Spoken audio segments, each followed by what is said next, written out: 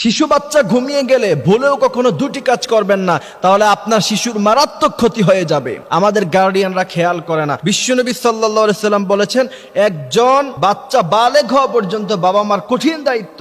আপনার সন্তান যদি ছোট্টবেলায় অসুস্থ হয়ে যায়, তাহলে আল্লাহর কাছে আপনাকে জবাবদিহিতা করতে হবে। যে সমস্ত গার্ডিয়ানদের প্রচন্ড পরিমাণ অবহেলার কারণে বাচ্চারা অসুস্থ হয়, মনে রাখবেন আপনার জন্য গুনাহ লিখা হবে। কারণ আপনার দায়িত্ব, সন্তান জন্ম দিয়েছেন, বালেগ হওয়া পর্যন্ত তার দেখভালের অবশ্যই আপনার দায়িত্ব আছে। আর বিশ্বনবী সাল্লাল্লাহু আলাইহি সাল্লাম বলেছেন, বাচ্চাদের প্রতি তোমরা খুব সুনজর রাখো, বাচ্চাদেরকে ভালোবাসো, তাদের সাথে সুন্দর করে কথা বলো, হাসি দিয়ে কথা বলতে বলেছেন মুহাম্মদ সাল্লাল্লাহু আলাইহি সাল্লাম। এবং রাসূলের ব্যাপারে হাদিস এসেছে যে বিশ্বনবীর কাছে যখন ছোট ছোট বাচ্চারা আসতো, বিশ্বনবী তাদেরকে মাথায় হাত বুলিয়ে দিতেন, বিশ্বনবী তাদেরকে মিষ্টি বিতরণ করতেন, বিশ্বনবী তাদের সাথে মাঝে মাঝে দুষ্টামিও করতেন, বিশ্বনবী সাল্লাল্লাহু আলাইহি ওয়াসাল্লাম তাদের সাথে সুন্দর ব্যবহার করতেন। আর আমাদের বাচ্চারা মসজিদে আসলে ধমক দিয়ে মসজিদ থেকে আমরা তাড়িয়ে দেই। এই জন্য বিশেষজ্ঞরা বলছে, বাচ্চা যখন ঘুমায়, ওই ঘুমের সময় যদি আপনি দুইটি মারাত্মক ভুল করেন, কোরআন হাদিসও বলছে, তাহলে আপনার বাচ্চা অসুস্থ হয়ে যেতে পারে, তার ব্রেনে সমস্যা হতে পারে। সেটা হচ্ছে,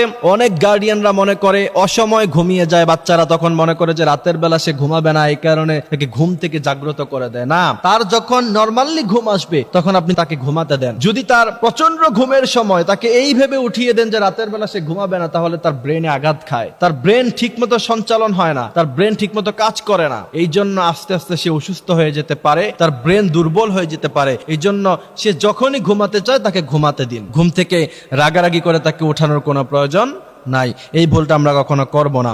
আপনি যদি এই ভুলটা জেনে শুনে করেন, তাহলে আল্লাহ পাক বলছেন, লা তুলকু বিআইদিকুম ইলাত তাহলুকা, নিজেরা নিজেদেরকে ধ্বংস করো না। আপনি যদি এই ভুল করেন, তাহলে নিজেরা নিজেদেরকে ধ্বংসের মধ্যে আপনি কাজটা করে ফেললেন। আল্লাহ পাক এই কাজটা থেকে আমাদেরকে হেফাজত করুক, বলেন আমিন। দ্বিতীয় নাম্বার হচ্ছে, শিশু বাচ্চা ঘুমায়, এটাকে একদম উলঙ্গ অবস্থায় ঘুম পাড়িয়ে রাখে। অনেক সময় দেখা যায় 7-8 বছরের বাচ্চা এটাকে উলঙ্গ অবস্থায় ঘুম পাড়িয়ে রাখছে। না, আপনি কখনো এটা করবেন না। ছোট্টবেলা থেকে বাচ্চাদেরকে লজ্জাশীল হওয়া শিখান। বিশ্বনবী সাল্লাল্লাহু আলাইহি সাল্লাম জীবনে কোনোদিন কখনো তিনি লুঙ্গি ছাড়া হন নাই, একবার উলঙ্গ হন নাই। একবার শুধুমাত্র বিশ্বনবীর চাচা যখন মক্কায় ঈদ টানছিল ছোট ছোট বাচ্চারা, তখন বিশ্বনবীও টানছিলেন, বলছেন, ভাতিজা লুঙ্গিটা খোলো, কাঁধের মধ্যে দাও, তারপরে তার উপরে তুমি ইট অথবা পাথর নাও। বিশ্বনবীকে এই কথা বলার পরে লুঙ্গি টান মেরেছিলেন, বিশ্বনবী মুহূর্তের মধ্যেই অজ্ঞান হয়ে পড়ে গিয়েছিলেন, এত লজ্জা ছিল তিনার। সুতরাং বাচ্চাকে একদম উলঙ্গ অবস্থায় কখনো আপনি ঘুমাতে দিবেন না, তাহলে আপনার বাচ্চা অসুস্থ হয়ে যেতে পারে, আপনার বাচ্চা লজ্জা নষ্ট হয়ে যেতে পারে। এবং বিশ্বনবী বলছেন, ইদা লাম তাস্তাহি ফাসনা মা শিতা, যার লজ্জা নাই সে পৃথিবীর সব কাজ করতে পারে, যা ইচ্ছা তা করতে পারে, আর যার লজ্জা আছে সে পৃথিবীর সব কাজ করতে পারে না। অমুসলিম ওই ব্যক্তির যদি লজ্জা থাকে, দেখবেন সে খুব সুন্দর ভাবে, সাবলীল ভাবে, যে সমস্ত অমুসলিম মেয়েরা, অনেক অমুসলিম মেয়েরা আছে বোরকা পরা পছন্দ করে, হিজাব পরা পছন্দ করে, মুসলিমদের সংস্কৃতি পছন্দ করে, কারণ তার ভিতরে লজ্জা আছে।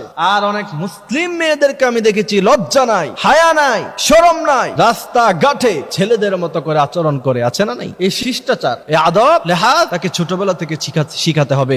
আল্লাহ পাক আমাদেরকে সে কথাগুলি বোঝার, মানার তৌফিক দান করুক, আমিন।